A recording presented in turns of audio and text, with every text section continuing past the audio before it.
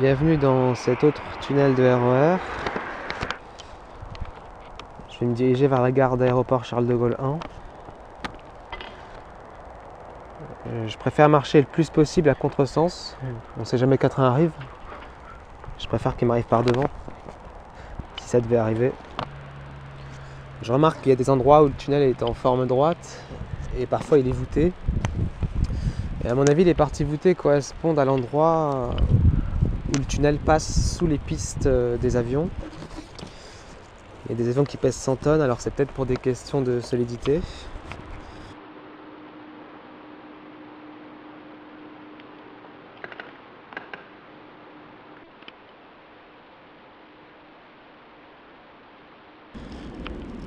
Ça, je pense que c'est une arrivée en énergie électrique pour les caténaires. Ici, c'est 25 000 volts alternatifs 50 Hz.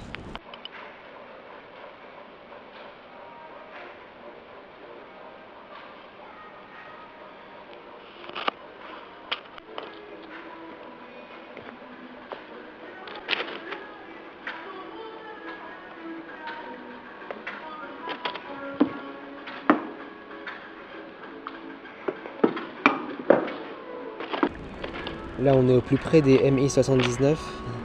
Ça paraît vraiment énorme quand on est au niveau des rails.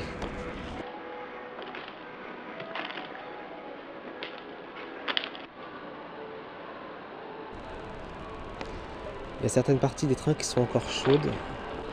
Bon, les pantographes sont abaissés, ils ne touchent plus la caténaire. Ça ne devrait pas te craindre au niveau électrique. Et bon, je sais qu'il y a des batteries qui donnent 72 volts continus dans les trains, si je me rappelle bien. Il faut quand même faire attention à ça.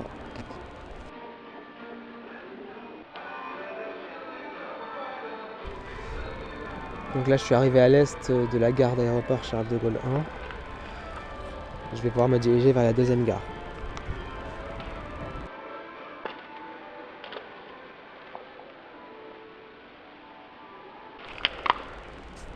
Et là, je tombe sur quelque chose de rare. Alors, c'est un boîtier qui contient le mécanisme qui permet de manœuvrer à distance les aiguillages des trains. Alors celui-là, il n'est pas en service, il est déposé sur le bord.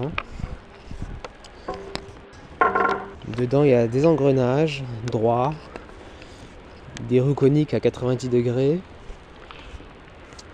C'est vraiment propre à l'intérieur, il n'y a pas une poussière. C'est parce qu'il y a un joint sur le couvercle, ça rend le truc étanche. Le moteur qui est évidemment asynchrone triphasé, ça m'étonne pas. C'est sûrement pour des raisons de fiabilité. Si le mécanisme tombe en panne, ça peut être assez grave pour le trafic ferroviaire. La plaque signalétique ici, puissance utile 550 watts.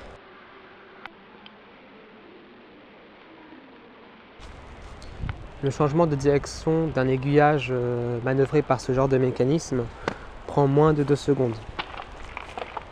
C'est marrant cette étiquette qui met en garde contre la pluie, puisqu'on ne peut la lire qu'après avoir ouvert le capot. Bon, évidemment, je prends soin de refermer le boîtier.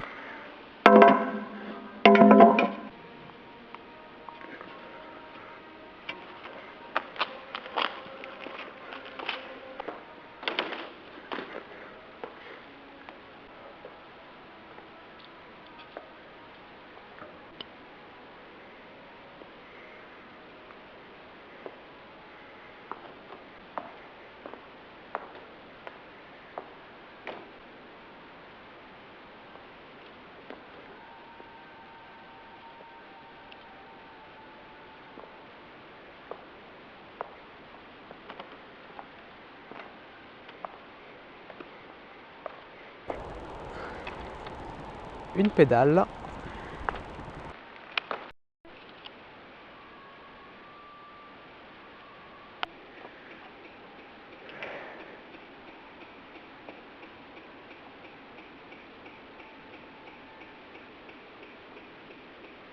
Je vois qu'il y a des bornes d'incendie dans cette portion du tunnel.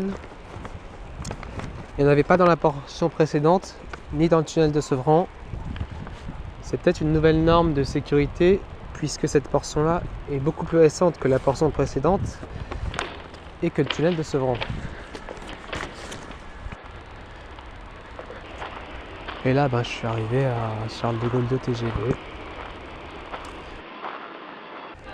La gare est déserte à cette heure-ci.